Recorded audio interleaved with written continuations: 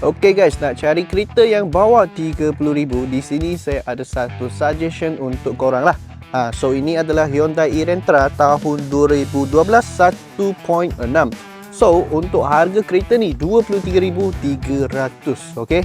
Yang untuk bulanan dia hanya dalam RM600 lah. Tapi yang ni guys, dia loan dengan kredit lah. So boleh loan dengan kredit dalam 5 tahun lagi. Monthly dia 600, cuma bayar 5 tahun sahaja. So kereta ni kami telah siap dengan satu layer cat yang baru. So korang boleh tengok cat dia cantik-cantik punya. Lagi untuk lampu depan dah kena smoke lah. Okey, nampak sporty sikit. Okey, untuk rim kereta dia masih kekal dengan rim original lagi. Bunga tayar pun masih lagi tebal. Okey, yang ini boleh pakai lama lagi lah. Di tepi sini ada lagi keyless entry. So untuk interior kereta condition banyak cantik tau. Tengok. Steering multi-function steering, push start button pun ada. Lepas tu kereta ni dah siap memasang satu Android player sudah.